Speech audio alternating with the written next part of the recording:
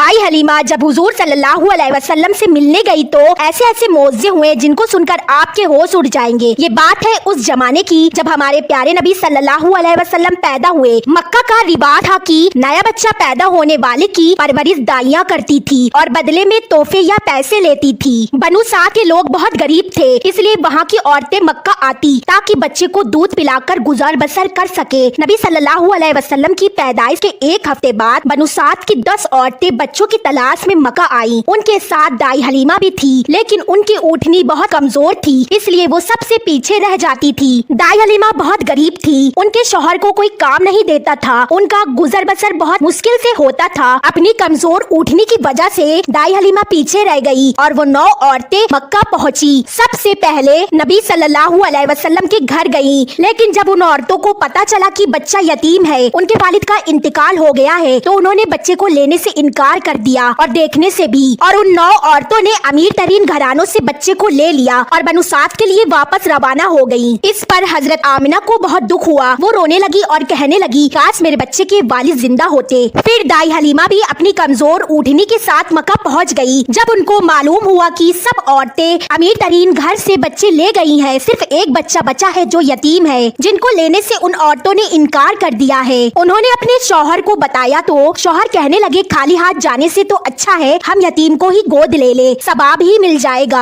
फिर हजरत दाई हलीमा हजरत आमिना के घर तशरीफ ले गई, आवाज लगाई, मैं दाई हूँ, बच्चे को दूध पिलाने वाली। हजरत आमिना बहुत खुश हुई। हजरत आमिना ने बताया कि बच्चा यतीम है, लेकिन दाई हलीमा ने फिर भी बच्चे को देखने को कहा। हजरत आमिना ने नबी सल्लल्लाहु अलैहि वसल्लम को खुशी खुशी दाई हलीमा की गोद में दिया तो आप सल्लल्लाहु अलैहि वसल्लम मुस्कुराए और उनकी उंगली पकड़ ली। हलीमा हैरान रह गई और बोली, मैंने इतना खूबसूरत बच्चा आज तक नहीं देखा, सुभान अल्लाह। फिर आप नबी सल्लल्लाहु अलैहि वसल्लम को लेकर अपने शौहर के पास पहुंची। आपका छोटा बच्चा रो रहा था। आपने सोचा पहले नबी सल्लल्लाहु अलैहि वसल्लम को दूध पिला दूं। जैसे ही आपने उनको अपने सीने से लगाया, आप 2 दिन से भूखी थी, लेकिन आपके सीने में इतना दूध आया कि नबी सल्लल्लाहु अलैहि वसल्लम ने भी दूध पी लिया और आपके बच्चे का भी पेट भर गया। हलीमा और आपके शौहर भूखे थे, कमजोर ऊँटनी का दूध निकालना चाहा तो कमजोर ऊँटनी ने इतना दूध दिया कि बर्तन भर गया और दोनों का पेट भी भर गया। सुभान अल्लाह, ये सब हमारे नबी सल्लल्लाहु अलैहि वसल्लम का मौजज़ा है। और जब हलीमा नबी सल्लल्लाहु अलैहि वसल्लम को लेकर ऊँटनी पर सवार हुई तो ऊँटनी इतनी तेजी से भागी कि वो 9 औरतें जो बनु साद के लिए पहले ही निकल गई थी, उनसे ही पहले पहुँच गई। वो औरतें हैरान रह गई, ये वो ऊँटनी है जो कल चल भी ना पा रही थी और आज खुशी के मारे दौड़ रही है। सुभान अल्लाह, ये सब मेरे नबी सल्लल्लाहु अलैहि वसल्लम की बरकत थी। कमेंट में एक मर्तबा या रसूलल्लाह जरूर लिखे और चैनल को सब्सक्राइब करना ना भूले।